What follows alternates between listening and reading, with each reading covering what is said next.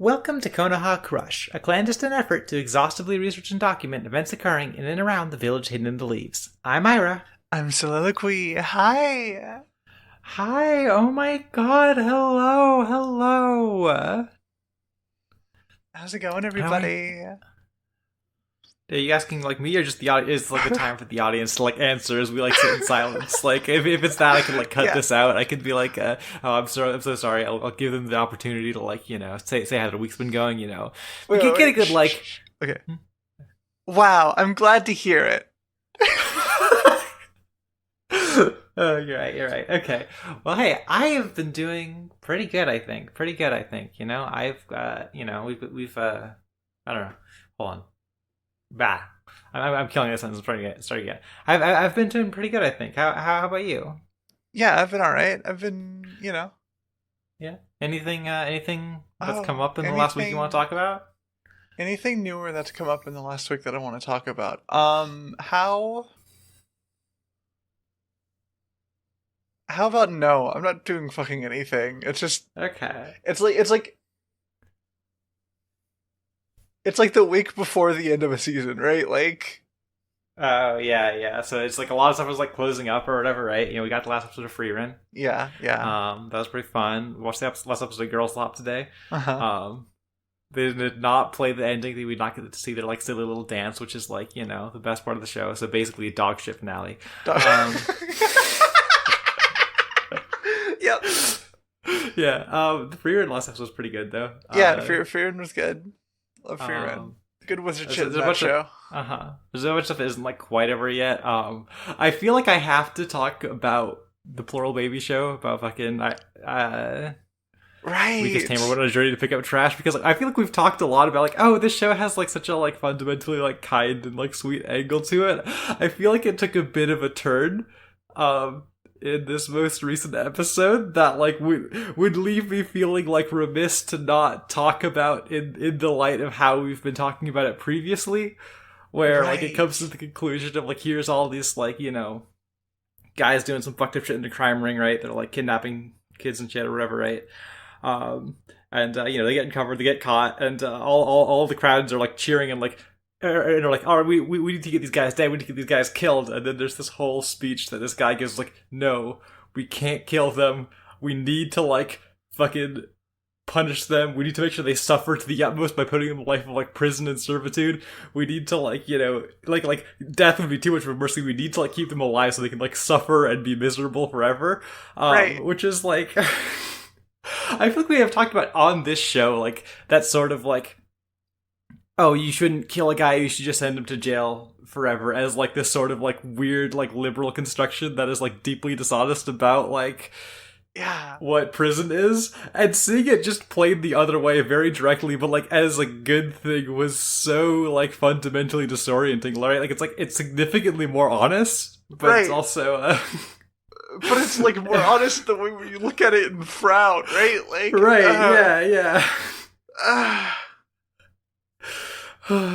It was kind of stunning in a way, right? It was just so that was that. I don't know. Other than that, I've just kind of been like building up like a frenzy about the upcoming Star Rail patch, so that I'm gonna be like, okay, shit, we gotta get this fucking recording out of the way so I can play that shit after we're done here. So that's basically where I've been this week. Yeah, I've been kind of obsessed with playing Skyrim VR. I haven't played Skyrim VR. I don't have a VR setup.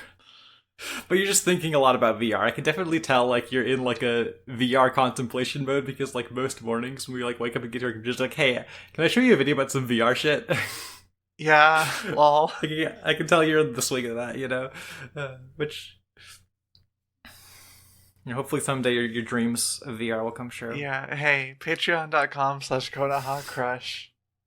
All one word, Konoha Crush. Alright, I mean, I don't know, outside of that, do you want to get into Naruto? Yeah, okay. I guess, like, before we get into the summaries, I just have, like, a statement to make, because in the past, I forget if it's on this show, or if it was on, like, streams that were, like, kind of, like, where we talk about Naruto stuff or whatever, I don't know. But, like, I've said, like, oh yeah, I remember that third movie being, like, really fun. I think it's, like, my favorite of the original Naruto movies. I have to, like, be real with you all. I didn't remember this movie. I remembered, like, a minute and a half of animation from it. this movie isn't good, and I am sorry for any like which minute and a half of animation was it? It was like the Rock Lee stuff. Oh yeah, that was badass. I get why. Yeah. Everything else just fucking gone. So I just want to be very clear about any like previous statements I might have made. I think this movie sucked bad. Yeah, it's not very good. You can tell by how I wrote about it, probably. Oh, hey, let's get into that. Let's hear what you wrote about it. Let's hear what you wrote about your first section of the summary, then. Yeah, all right. I can do that. I'm a big girl. Naruto, Kakashi, Sakura, and Rock Lee hike through the desert in their movie original breezy summer fits to meet up with the Prince of Moonlands. The meetup with his rich boy Caravan and his son, the T-girl of the movie, immediately hits it off with Naruto, but like bad style though, where they hate each other at first. The Moon Prince and his T-girl son go see a carnival, and the girl likes the cool tiger, so the prince buys the whole thing. But like, now they're responsible for the well-being of all these animals. There's this whole thing with the T-girl's son, who's an archer by the way, but like a little kid toy bow type archer, learning to be friends instead of mean to the cool tiger. That culminates in her dad having to put all the animals on a big ship that gets stormed on. But the kid helps the animals, so they love her now. Okay. So, I started off with being like, this movie fucking sucks. And I stand by that. But I guess, like, just getting into it right off the top, I do think there are, like, some like, thoughtful changes to, like, the Naruto movie formula that we kind of see play out pretty quick. I think that, like, this movie is directed by Toshiyuki Tsuru. Who I've talked about extensively on the podcast as somebody who like often does like a really good job of like bringing out the best of the material he adapts. Like works very closely with Hirofumi Suzuki, who is one of the animation directors on this movie. Like just doing like a really good job of like capturing the appeal of Naruto, like really like making the most out of the bringing some really interesting stuff out of that. This movie is also written by Toshiyuki Tsuru, which is like a first for us, I believe, and that's seeing him in a position of that much control has maybe like made me lose some faith in him as a creative a little bit, but in terms of somebody who knows how to like structure a movie, I think that it's still like there's like a clear talent there, right? Like I think this movie is like pretty like well constructed. I think it is more like thematically coherent than some of the previous movies. I don't think that necessarily always like works out in this movie's advantage, because I think a lot of it is like ranges from thematically shallow to like kind of reprehensible to me. But there's still like a clear like artistic sensibility. There's a clear like this is a movie that is capably made. Like when I say this movie like sucks bad, I don't mean it as like incompetently produced. I just think that I don't like its aims, and I think they like sort of like undercut anything that I could enjoy about this in a lot of ways. Just dialing in a little bit, I do think something that like really works here is that this movie is just like really quick to be like, okay, we're not doing a whole lot of setup. We're just like going like, here are the characters, here's what they are. We have like a very brief like introductory narration of like what the world of Naruto is, and then like we see like the guys we got here. We got Kakashi, we got Sakura, we got Rock Lee, we got Naruto. They have their summer fits on. I think the summer fits are pretty good, honestly. They're fun. Yeah. They get a quick action scene. They like meet up with the people they're working for. There's like while they like have a quick action scene against some bandits, there's like we have the like very like standard by this point like Naruto talking to Tsunade about the mission he's going on thing like playing in the background. So we get that like very like very like like concise, efficient storytelling going on with that, right? And I really appreciate that. And then we get to the point where they meet up with their client, and he steps out of his caravan, and it kind of immediately goes bad. Yeah, I kind of they're doing the bad rich fat guy again. They're doing the bad rich fat guy again, but like so deeply like they're queer coding the bad rich fat guy. I wasn't even like strictly saying that. Like, no, I know. Like, you could make that argument also. Like, I definitely think he is like deeply like emasculated and infantilized, right? Like I definitely think that like this movie is like so incredibly concerned with the construction of masculinity in a way that like it holds like fatness as oppositional to, that just like like runs through the whole thing and just kind of fucking like sinks it from minute one basically. And it's just not great. It's just not great. And like I'll talk about that a little bit as we like go on, but like, you know, it is just like the thesis of the movie seems very clearly like, yeah, this guy has failed to be a man, and that is why he is fat now, and he is like probably going to have to fix that about himself, right? Like, yeah, and that is like what this guy's like presence in the movie is, right? Like, you know, like literally like end of the movie, you see him like resolving to like be better, and like in the credits there's a bunch of like shots of him like working out or whatever, and it's like fuck off. Yeah. I mean, like the other thing we pretty quickly get is we get Naruto's like new friend of the movie to be like opposed to at first. I think that this is like an interesting variant of that, because like basically the first like half hour of this movie is like could just be like a one-off episode about like Naruto like meeting a guy and like they're like at odds at first, and then like, you know, it's resolved by the end and they're friends, right? Like, yeah, it has like a complete like emotional arc contained within that first like half an hour of like, you know, Naruto meets this like rude kid who's like rich and stuff, but then like, you know, he learns a lesson from Naruto, and he does some stuff to like he does some stuff to like prove that he's like understood the lessons that Naruto like taught him, and then Naruto and him are like, we're gonna be friends forever, right? And you know, there's like an hour of movie after that, which like I do like understand the like desire to be like, okay, like let's make the characters in the movie be like on good terms with each other before like the final act, so we can try and build off of that for the rest of the movie. I think that is like a smart structural change that this movie makes, right? Of like, yeah, you know, we spend the first half an hour getting you like as on board as you can be with this relationship or whatever,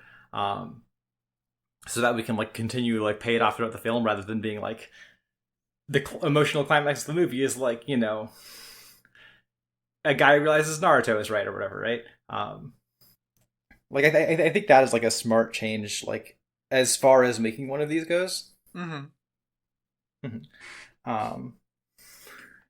I think there is like some kind of some kind of fascinating stuff with that I will get to in a bit. But before that, I kind of want to move on to the scene where they like, you know, they go to the circus. And like the extent to which this movie is like, oh, this is kind of like trying to be like an animal movie rears its head, right? Like they go to the circus, there's like a, you know, the kid likes it. The dad buys it for him because he's like really rich, you know.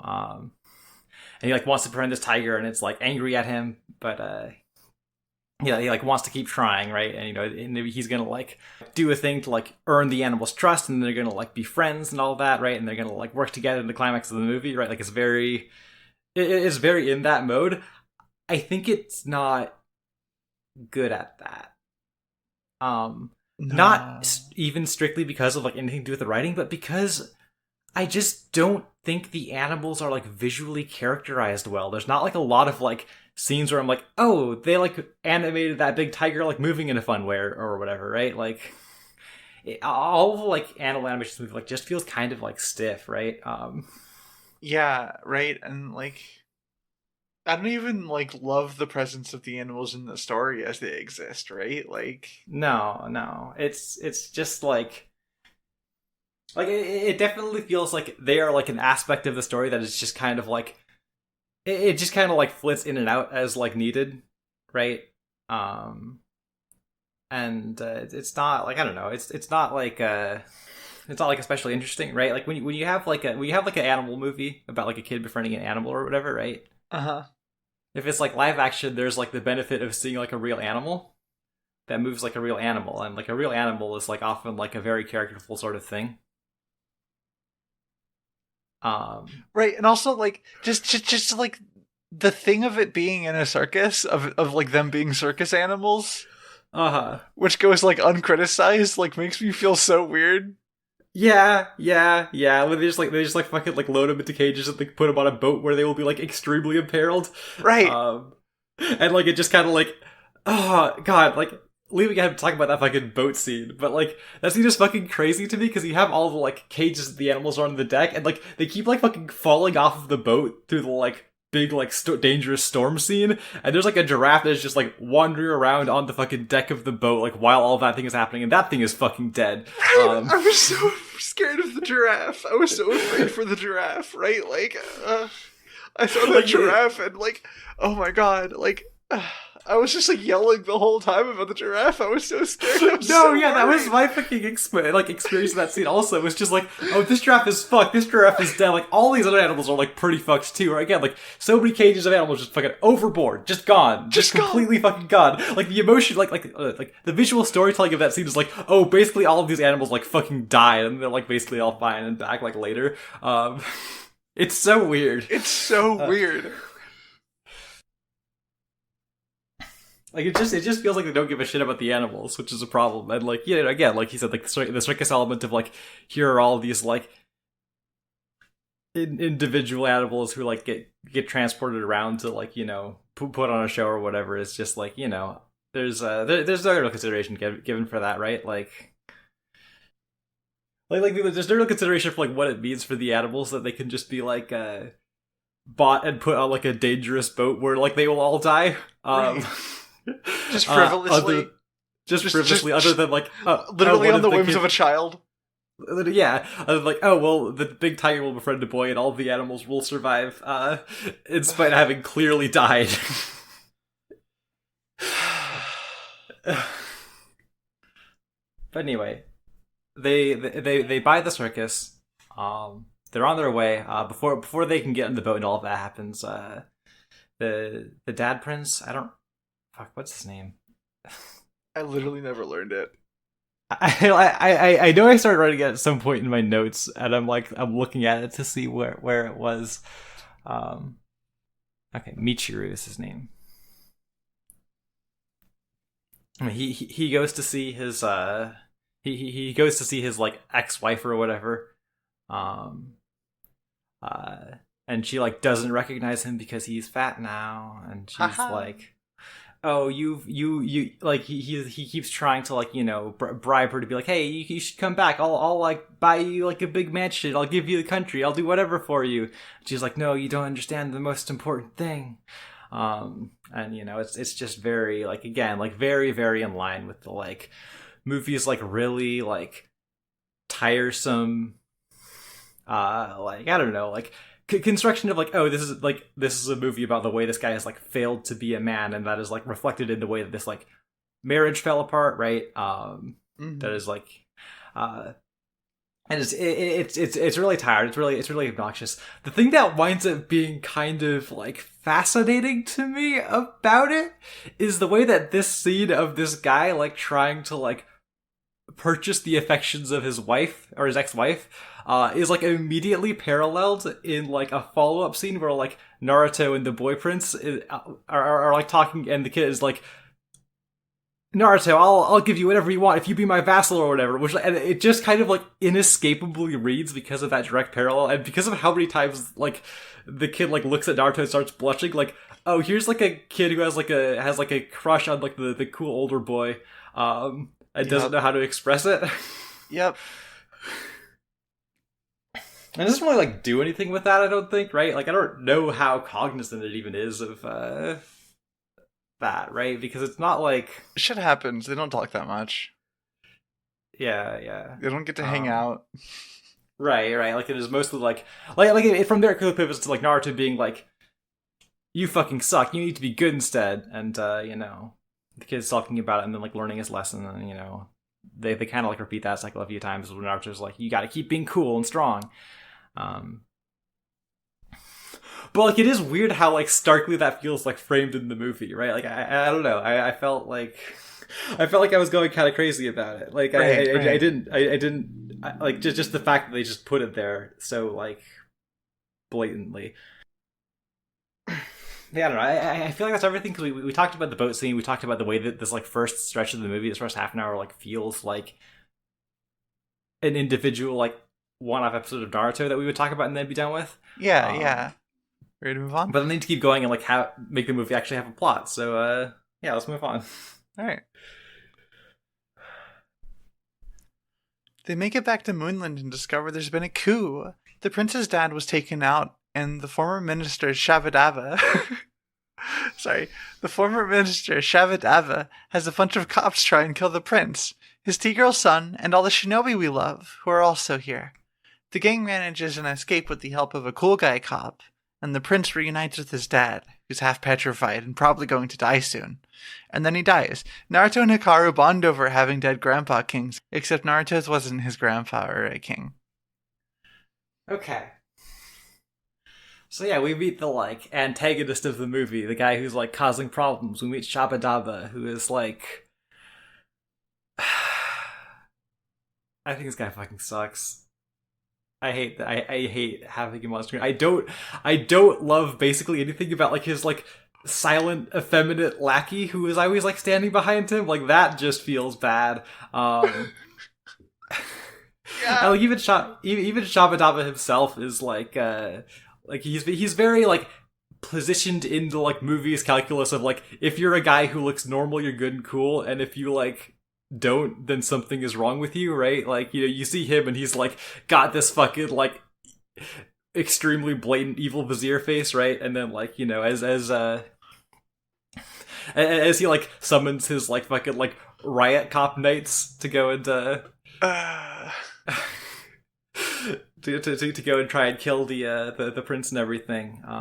Yeah. He's gonna send the cops to go kill a bunch of guys, and then he grabs off the chest of his favorite eunuch, right? Like, yeah.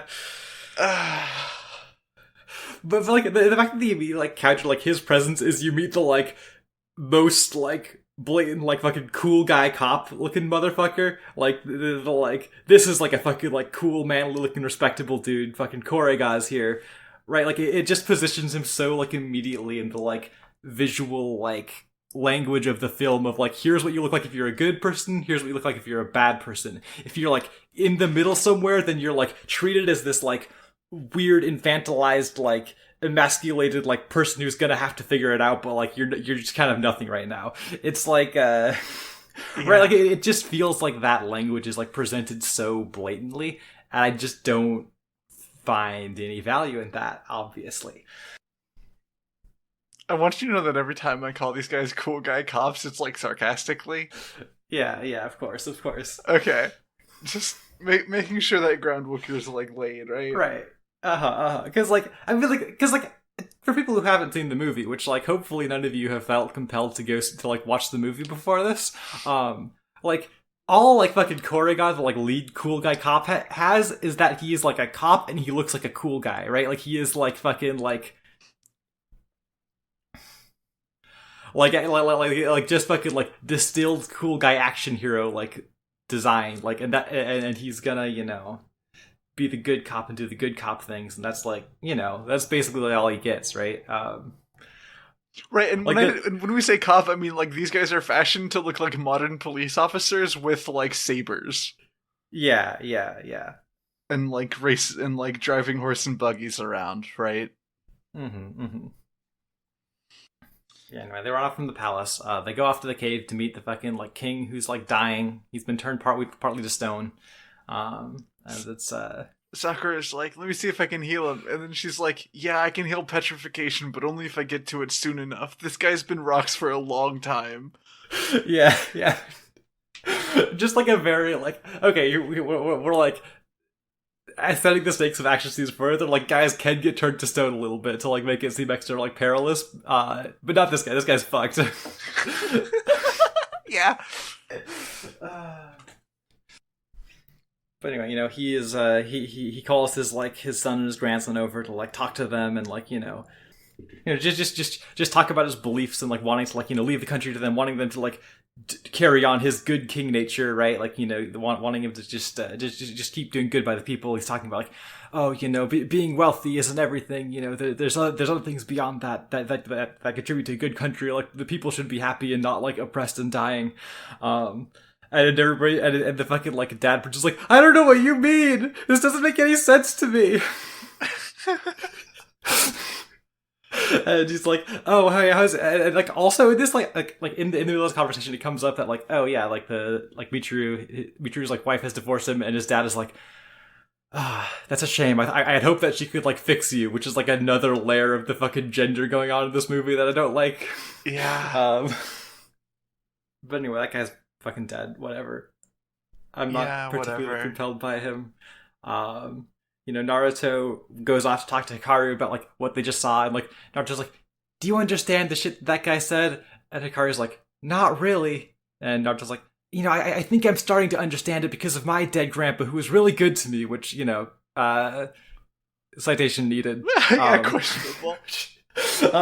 but also it's just like extremely strange to me how much the movie like invests in this idea of like, here is this guy just saying the like most basic shit of like, the people in the country should be like taken care of or whatever, right? Which is like, I mean, obviously that doesn't like happen with any consistency into like the real world either, right? Right. But like the idea that this is like a concept that is just like extremely difficult to grapple with, like you need like a fucking like great man at the head of a country to like really like fucking like live his life and witness all kinds of things and like come to terms with it, rather than like a fucking like basic it's just so weird to present it as this idea that is like unattainable, like unless you like really dig deep, right? Like it's just Like, we learned how to share in kindergarten. right, like I don't know, like there's just the way the ideas are like framed, even if they're like totally like, I don't know, like the totally like unobjectionable or whatever, right? Like we hear about like the king's like plans. It's like, yeah, he wanted to create like a social safety net for the poor and the elderly or whatever, right? Um, and it's like that whole thing is I don't know, just the way it's framed is this like fucking like unattainable deep wisdom that you just have to wait until the fucking like king understands, right? Is just kind of maddening to me, right? Like I don't know. Does that make sense to you? Yeah, yeah, yeah, yeah. Yes. Mm-hmm. Right, because then also like, okay, well, if we're in danger of the king not understanding this, why do we have king? right, exactly. Because that's Right? never like in question, right? Wait, like it's never like a question of like, oh, should this guy be the king if if he's like somebody who like fundamentally has no regard and like doesn't even understand the concept of having regard for his subjects, right? Like, Yeah, like what else do you do with a king? right.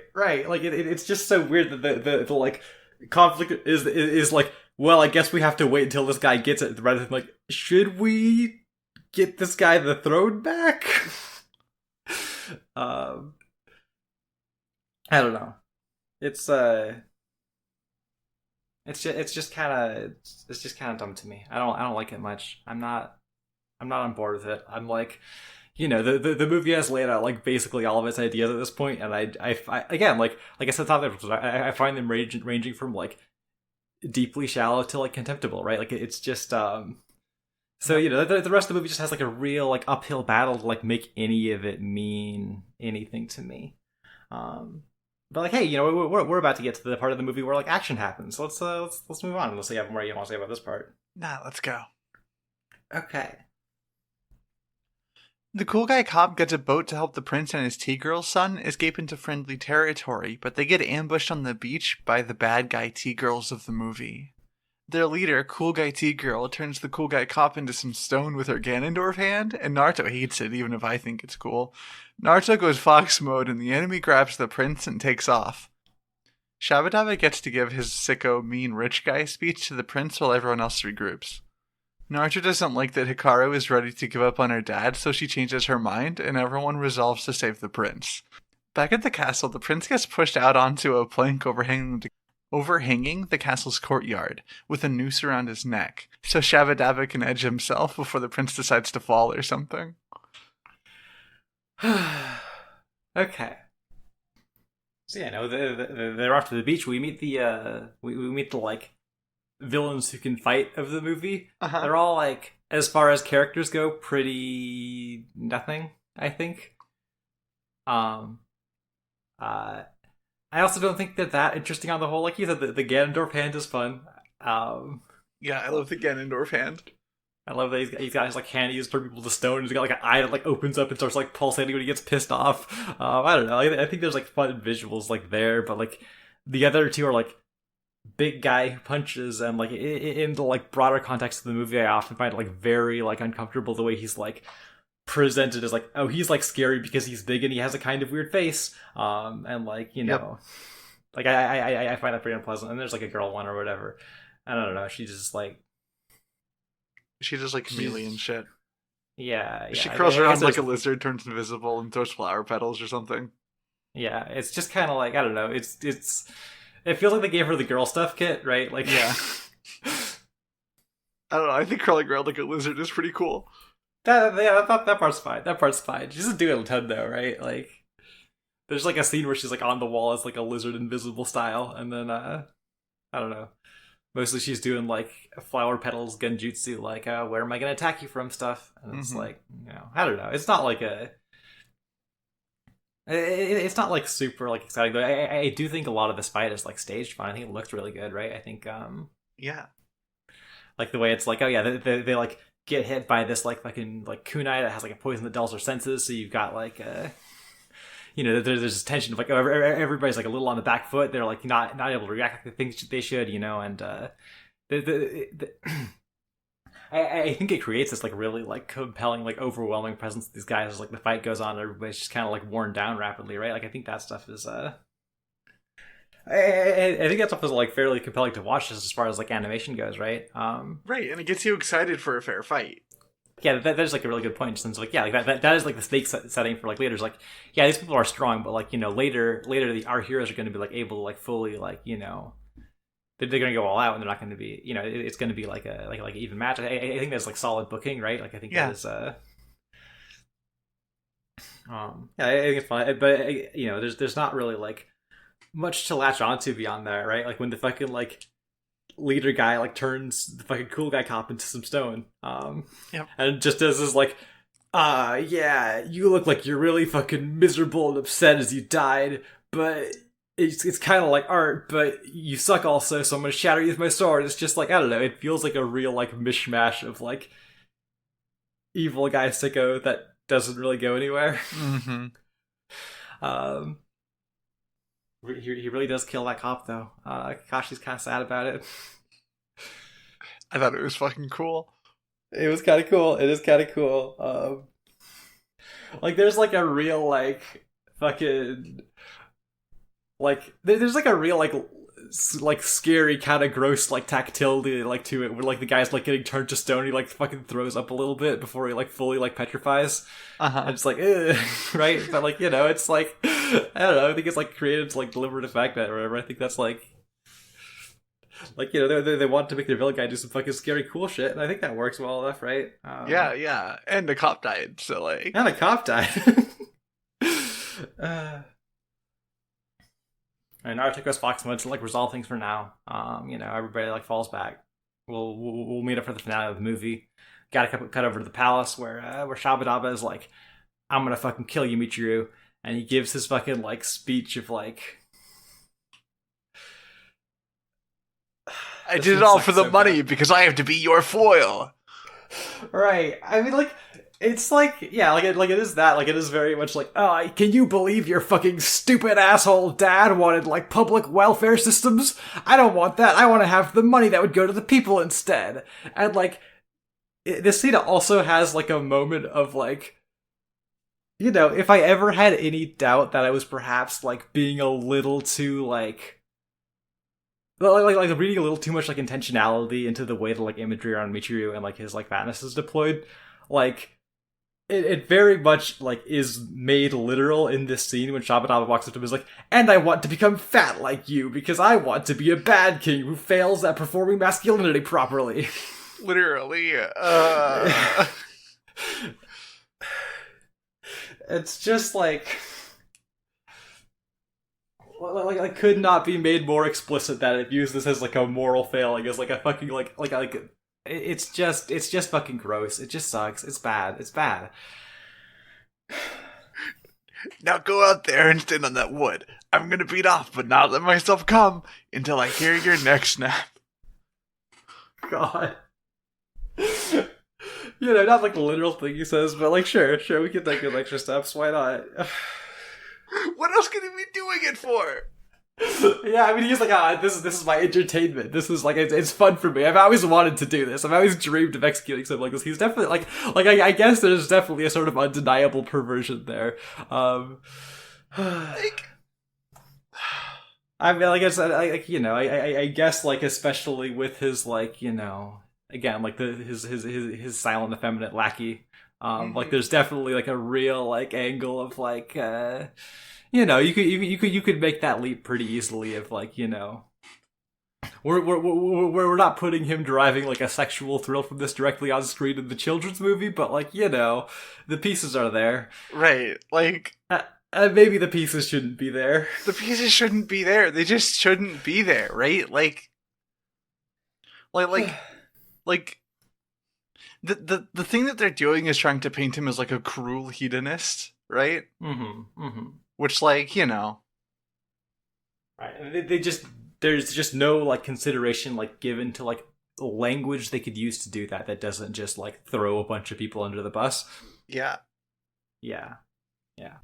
Anyway, we cut over the forest where everybody's like, everybody's sitting around. They're all like, all the remaining cool cop guys are like bummed, and Hikari is like really sad about like his dad maybe being killed, and like Naruto and Sakura and everybody's kind of like sitting there in silence for a bit, and like Hikari starts crying, and Naruto's like, "No, Hikari, you can't cry. Do you want to like fucking suck and disappoint me and be like lame and stupid, or do you want to be cool?" And Hikari's like, "Shit, you're right. I want to be cool." It's not like quite so like fucking like blood does that. Like I don't know. I feel like it's like a little bit more done to like try and make it seem like not just Naruto like yelling and being unreasonable at this kid who thinks his dad is about to die, but like I have so little patience for the movie at this point. Like I ultimately right. I'm just so fucking like already done with everything it's doing that it's just like ugh. Are you saying something? No, I was just saying, like, you heard how I wrote it in my semis, right? Like, Yeah, right. I don't know. Like, it's just like it's earned very little generosity from me. The thing I do think is kind of funny in the scenes, like with the circus guys, like show up to like be like, "Hey, what's going on here? Like nobody's paid us still." And Kakashi's like, "Well, if you want to get like paid, you might as well fucking like get looped in our fucking our like plan we're doing here and just like endanger all of your circus animals again," which is like kind of like there's something kind of like grimly funny about it, but also it doesn't really do anything for this movie's like reputation of like, I don't know, pretending it cares about all these animals that put in it. Yeah. Like, okay, I'm gonna say something a little bit controversial. I think if you're gonna put in a movie a boy that like falls in love with and befriends a circus animal, I think it should be about the boy liberating the animal from the circus. Right. The like fucking like rare and lonely animal that like doesn't have anything else of its kind around, right? Like I don't know, I guess it's got his monkey friend and we're supposed to believe that's like cool or whatever, right? But, right. But like I don't know, like there's just no like room for believing that this animal that they always like keep caged because it hates almost everybody is like in a good spot. Yeah.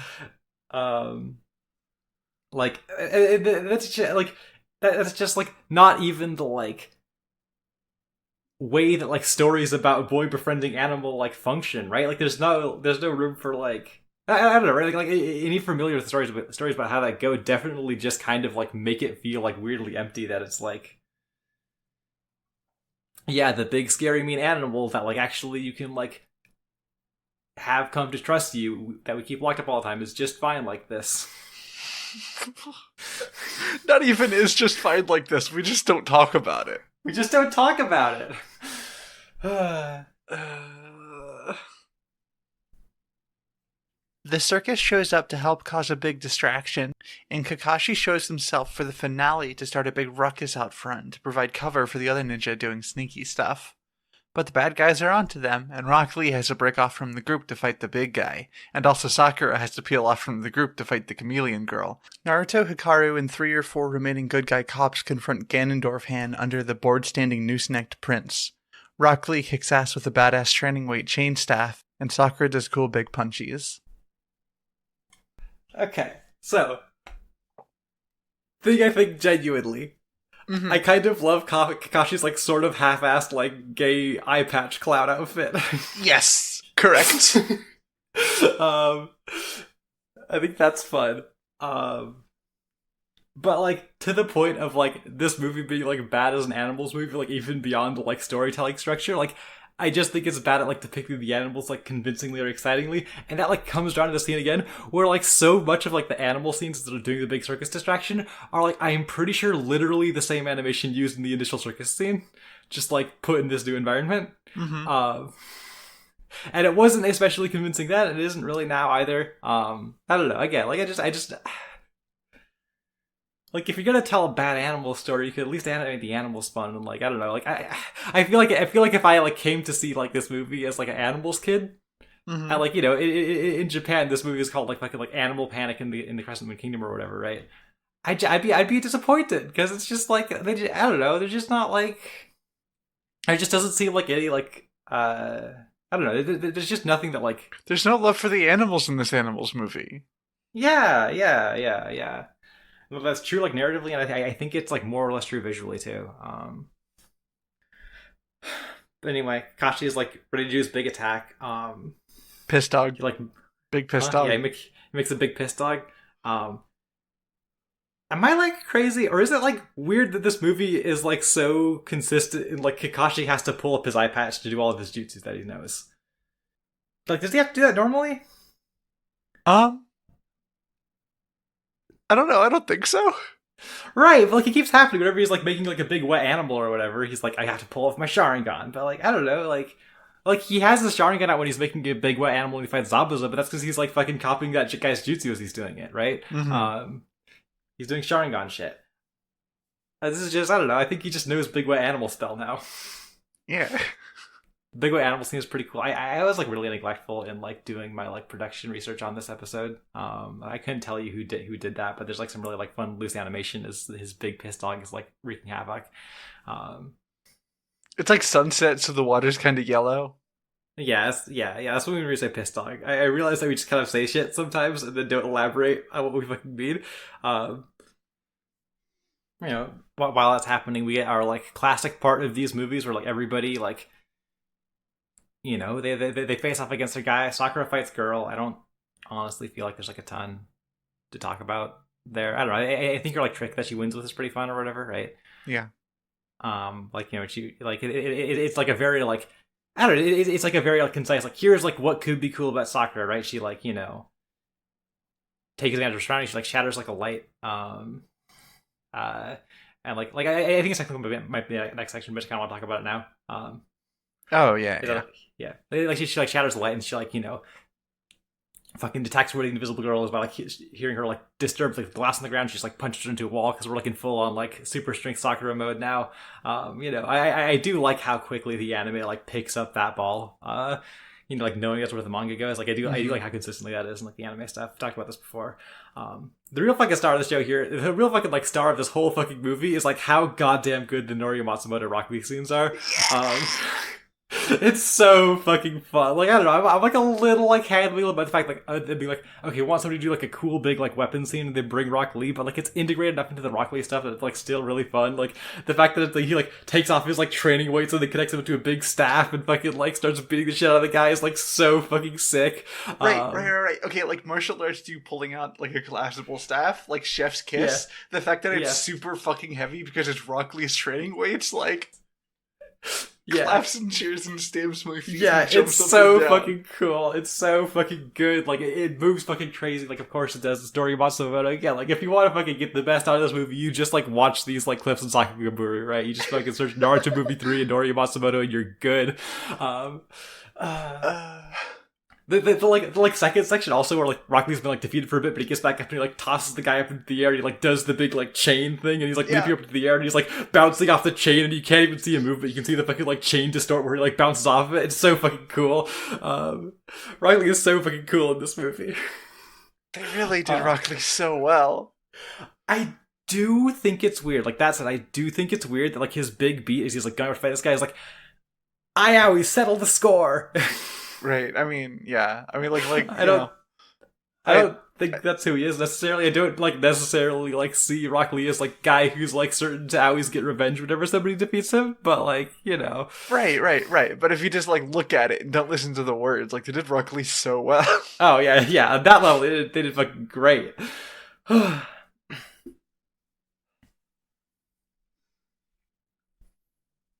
I don't know. Is there anything else to fucking say about this segment? Like, I'm pretty good. I'm pretty good. okay. Hikaru breaks off from the fighting to save her dad, but Ganondorf hand intercepts with Naruto hot on her tail. Hikaru watches Naruto get his ass kicked while Rock Lee and Sakura lose ground in their own fights. They simultaneously resolve to keep their promise to Hikaru, and Naruto goes fox mode as the board under the prince's feet snaps, and he's left hanging by the neck. With a little push from Naruto, Hikaru mounts her tiger bestie and leaps off a building to get close enough to cut her dad's noose with an arrow. This doesn't go over well with Ganondorf hand, so everyone helps Naruto special Moon Rasengan her to death. Now that everyone's won their fights, the movie ends. Okay, so I don't know if this matches completely with your experience, but like for me, like when I talk about this movie, like ultimately being something I think is like well constructed, but towards ends I don't really find any value in. Like whenever I'm like every time I'm like seeing this scene of like, you know, we have like kind of like ebb and flow of like, oh shit, our thing's gonna be going like really bad here in the climax, and everybody's like standing back up. You know, we get the like setup of like, yeah, Hikaru's gonna like do his like archery shit to like snap the rope to save his dad, and like everybody's gonna like get back up and fight, and they're gonna like talk about the promise they made earlier in the movie or whatever, right? Like I think there's like an element like it just like feels like the whole movie is like scaffolding to get to this beat where like, you know, the kids and their like new friend of this movie are like all gonna be like working in concert, all like getting back up, and like they're all like motivated by their friendship together. Like in spite of how much like watching this movie, I'm just like, fuck this thing. Like even like checked out, like watching this thing at double speed this morning, like getting to the scene, it still like got to me a little bit because again, I think the whole thing is just like built up to be like, yeah, you get kind of pumped here, right? Yeah, right. Like, there's definitely a good like cadence to the like events in the film, right? There's like a yeah. It's good. It's just like, you know, it's just whenever it's not like doing that, like here's the big payoff, it all works. It's like, oh, I have to think about what's in the movie, and I don't like it. Right. Also, like weakest movie original Sharingan wasn't set up at all. It comes from fucking out of nowhere. Doesn't even know what it's about. Yeah, it's just like, oh yeah, the moon shines on it and it's big. I think the fucking impact of the Rasengan is pretty sick. Yeah, like where the music just cuts out, there's just this whole fucking like entire roof of the palace like cut these like sick fucking like smoke explosions, like debris flying everywhere. That's pretty cool, right? But like I don't know. Right. But like,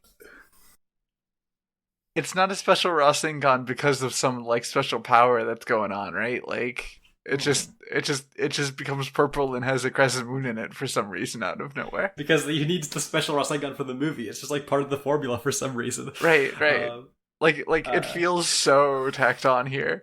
Right, like it could literally just be like normal Rasengan, because like the emotional like beat here is like, yeah, Naruto's leg has been turned to stone, but like Michiru's gonna like stand up and he's gonna like he's gonna like, you know, run and like carry Naruto to like deliver that blow or whatever, because this is his moment of like committing to like, I mean, this is the part I don't give a shit about. Like, right, like past, okay, like Naruto, everybody's saving it in order to like, yeah, like the thing is like Naruto has a petrified leg, and so like the others have to like carry. Yeah. Yeah, and when it like circles back around, like here's the moment of like Michiru like determining to be like a real man. I'm kind of like, okay, I don't care so much anymore, right? Like, but like the fact that it's like a special one feels so tacked on. Also, I have to say about the scene where like Michiru is carrying Naruto, it's like so like the Gandalf hand guy. He's like blasting with rocks. He has like these big like gnarly like stone like shrapnel bits like sticking out of his leg and his like gut and stuff, right? Yeah. But the movie like really seems to visually treat it that those aren't real injuries because they just hit his fat. Yeah. And it's just really strange to watch. Because, like, especially because, like, at the fucking climax of the movie, like, Kasha's like, oh yeah, I made a piss dog too much, I need to lay down for 2 weeks, and this guy got stabbed repeatedly, and he's, like, fucking, like, at the gym the next day, and it's like, what are we doing? I hate that shit. It's fucked.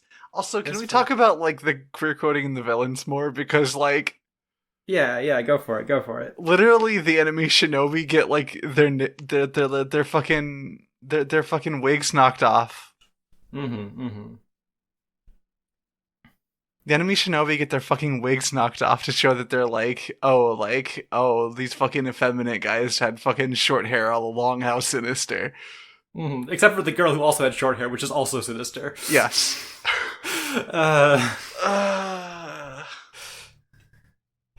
Yeah, it's like it's like it's like not a particularly like developed thing because these guys aren't particularly developed, but there's definitely like some extreme visual coding there, right? Like, yeah, of like here's who these guys like really are as they're like defeated, and it's like this doesn't mean anything to me, but I don't like anything you think it should mean to me.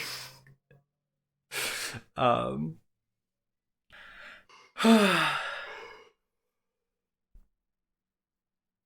don't know. Fuck this thing. yeah, Do you have anything else you want to say? like, literally, I was just gonna say, I just took a fucking hit. Do you have anything else you want to say? No, I don't know. I said my shit. I don't like this one. I'm really disappointed. Like this was Yeah. Well, what are we watching next week?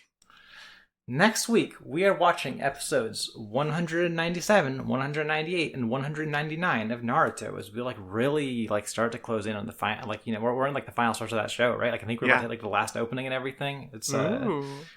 yeah. All right. Well, hey, if you can't wait, check out our Patreon. Patreon.com/Konoha Crush. All one word, Konoha Crush.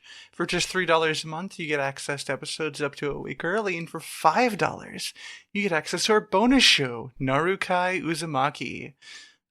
We recently recorded an episode about the Sword Art Online progressive Yeah, the movies. progressive movies. Yeah. And like that is like completely edited. I just haven't uploaded it yet, and it will be uploaded by the time this is out. Like almost certainly, if I haven't like posted that yet, somebody yell at me.